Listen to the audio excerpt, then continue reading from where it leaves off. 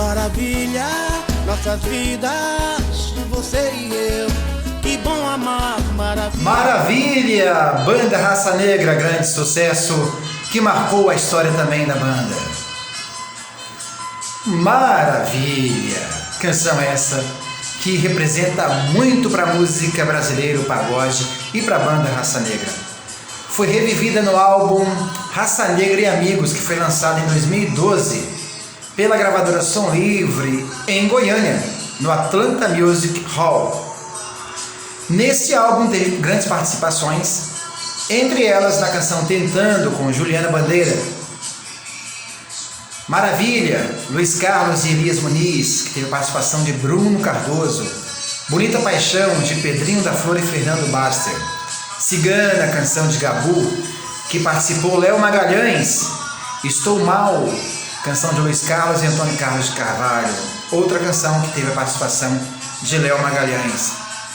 É Tarde Demais, de Luiz Carlos e Elias Muniz. Ah, Como Eu Amei, de J. Veloso e Ney Veloso. Cheia de Manias, de Luiz Carlos.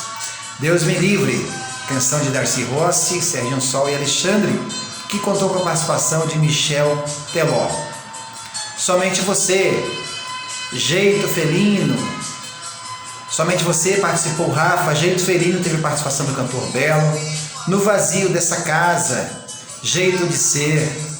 Gostava Tanto de Você, canção de Edson Trindade. Sozinho, canção de Luiz Carlos e Elias Muniz.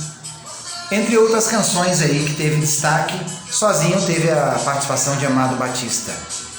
E Agora, de Chico Roque e Sérgio Caetano.